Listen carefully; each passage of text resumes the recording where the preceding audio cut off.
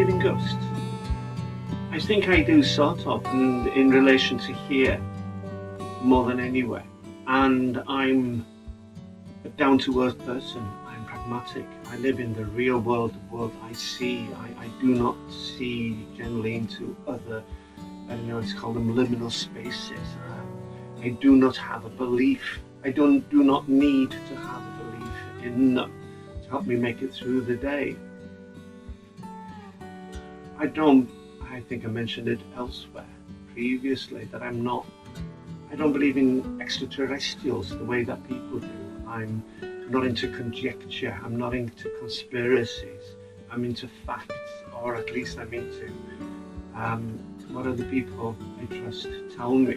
And I rationalise that one. I've done it over the years. Now if they tell me that there are certain things, entities, then I tend to believe them. I don't believe hardly anyone else. It's not part of my salvation in any way. If you go back to the 1950s, UFOs, UAPs, what I call unexpected anal probes, as greetings. I don't really believe in them because I believe in the speed of light. I believe in the fact that there is an enormous amount of space between us and any possible entity. So I dismiss that until somebody shows me evidence, and we get to use, as I say, conjecture and conspiracies. I'm not really wobbly. I don't have any, as I say, a spiritual need to believe in them. But I'm intrigued. I'm intrigued because in this space, two friends have shown me interesting things. For instance, I was just making a cup of tea a number of years ago in that room there in the kitchen, and my friend was looking out into the corridor, intrigued. She's Romany and straight as a die, and I looked at her and said, "What's going on?" And she said, "I've just seen an old man, very old man, stooped, walking down to the end of the corridor and turning right." And I said, "Really?" And she said, "Yeah, yes." And she said, "Therefore, it has to be true." So I went down there, had a look, and there was nothing there. But she said it was something there. As I say, she's Romany, she has a sight that I don't have, so, rather than read and believe what other people say, I had somebody there. So if she said she saw somebody, then she did see somebody, and I've never been troubled by it at all. I was just intrigued, and she just got on with it. She said, "There's an old man, where's my tea?" essentially. There was a builder here, came here many years ago to do some work on the outside, and it turns out that he was once a soldier, and also intriguingly, amusingly in a sense, considering the role of a soldier, and he's quite a special soldier, and we leave that one there, is that he was also clairvoyant. I didn't know this. Anyway, one day he came in, it was very cold February when they were actually working here, and he came in with 3 cups, which is the builder code for "you're late, where's our tea?" And probably encoded in there somewhere was, any biscuits. Anyway, he came in, and he looked about the place, and as I made a cup of tea, and he just said to me, "You got a warm place here?" And I said, "Yeah, it is, isn't it? It's a warm, embracing place, the way I've done it up." And he said, "You do know you've got company?" To which I said, "I think I do." And he said, "Nothing to worry about, they're friendly." And this guy who, as I say, austere, direct, but you could sense the compassion and the warmth coming off him, and explained that he had this ability, and he said, "Don't worry." And all he did, what really was, he didn't persuade me to anything I didn't believe. It was just compounded feelings I've had here. The cats have always managed to look together. I had 4 cats here once, and they would just look together to one spot, and they would just follow it. So, it didn't disturb me at all. Also, I lost my little mates last year. One of my best mates, my little cat, Shadow.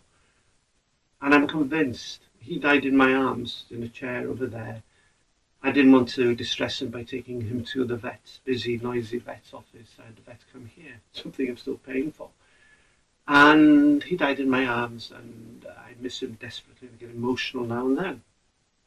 But I'm convinced that Shadow didn't know he was dead. He's a cat. He didn't need to. He just lived a very pragmatic life like I did. And, his food opened up, look out the window, go around his territory.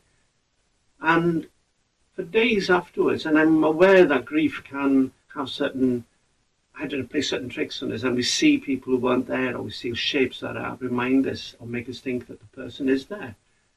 But not that. It was practical. Every night he had a routine. He'd go to the window, which said, I'm going to go outside. He'd go outside, do his toilet, come back in, and then he'd go back to the window. I'd be in bed by then, and then you'd hear a minor stampede of four legs, silence, and then he'd land on the bed. And he did it. I felt it. And as I say, I'm not wibbly wobbly. I'm very objective in how I look at the world. I looked up, and he wasn't there. And this thing happened 3 times, possibly. And I also see shadows moving peripheral to where I'm looking. And so, I accept it. And because my friends say that this is a lovely place, then that's it. Many people look to believe in ghosts as excitement, and they turn ghosts into horrible things. Me, I got this tendency to believe that most ghosts are sad. They're disappointed. Maybe that's why they're hanging around, because things they wanted to do, they didn't get around to doing because we're just too busy doing other things. I think Lennon quoted that in his album 1982, just before he was killed. And so we end up lacking courage and not doing the things that we really should have done in the time. And time is always racing against us. And ghosts should be a reminder, whether you believe in them or not, maybe as an idea that time is fleeting, that we have only so much time to do what we want to do, and to do what we want to do, not necessarily to do what others want to do. And I wish, in an objective sort of way, in a scientific, technical sort of way, that I could see what they saw. My friend saw somebody down the end of the corridor. I hear noises, and I just say hello to them. And the guy who just looked around, and I wondered what he was seeing, if he was seeing people move around, spirits and such. I'm not a fan of anything that's on television which is meant to titillate and frighten. I don't watch horror movies. I find them distressing because it's all about cruelty. And I've never ever felt any kind of cruelty here. It is warmth, as the builder told me. And one thing I find amusing in these, and I'm convinced of it, and I'm probably wrong, but I'm convinced of it, that when these people are filming in allegedly haunted buildings, and I do believe that buildings can be haunted, as I say, unlived lives, disappointment. And if you were to look at a ghost, if he was there to stand in front of you, then I'm sure you would see sadness, not horror. I'm convinced that these programs have someone who is designated as a pebble chucker. When nothing's happening, just chucks a few pebbles and everybody goes, what was that? And then they can segue to something else, film probably, because the director will tell them, we're all going on here, let's move on, let's try and create something in another space. Ghosts, if they exist, are insubstantial, and I've got this daft belief, and it's a passing belief. And I don't know. I'm convinced that if something exists, then it's in a liminal space, and occasionally traverses our daily living space. But they are insubstantial, and can only be seen when the light is correct for them, which is, I suppose, why you never see a ghost during the day, if you believe in such things. I allow you that one. Let me know what you think. You don't see them during daylight because there is too much light, because they're insubstantial. And then you've got the ghosts that appear in the dark. Well, they would be no more than shadows because they would dissolve into shadow. I think it's around twilight. If you're going to see a ghost, then it's going to be around twilight, or in light which mimics twilight. So therefore, I'm not a ghost.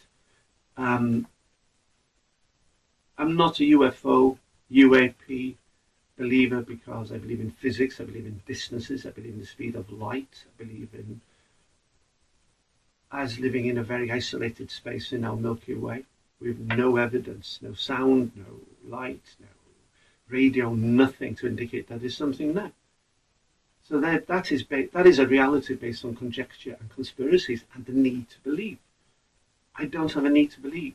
I'm just intrigued. And when friends of mine who I trust implicitly, who have a sight that I've never disputed, and it's not because I'm fey or wibbly wobbly, it's just that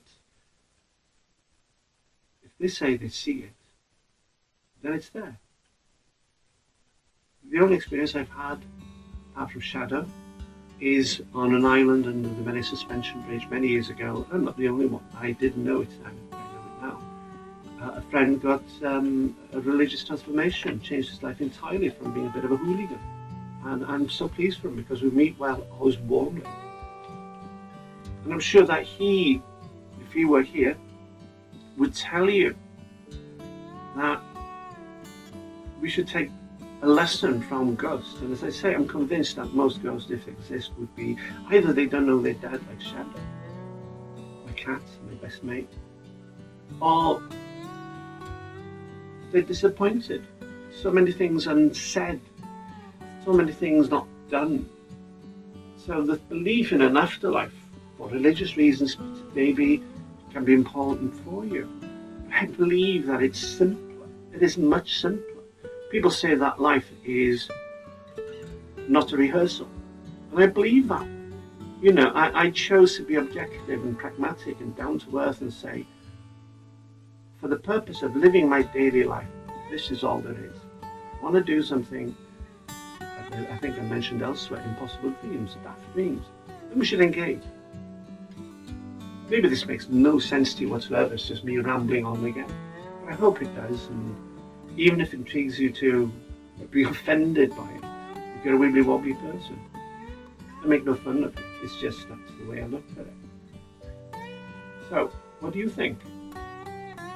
What do you think? My name is Will. Thank you for listening, and if you want to subscribe, like, comment in particular, I'd be intrigued to know what you think. I wish you well. Have a brilliant day.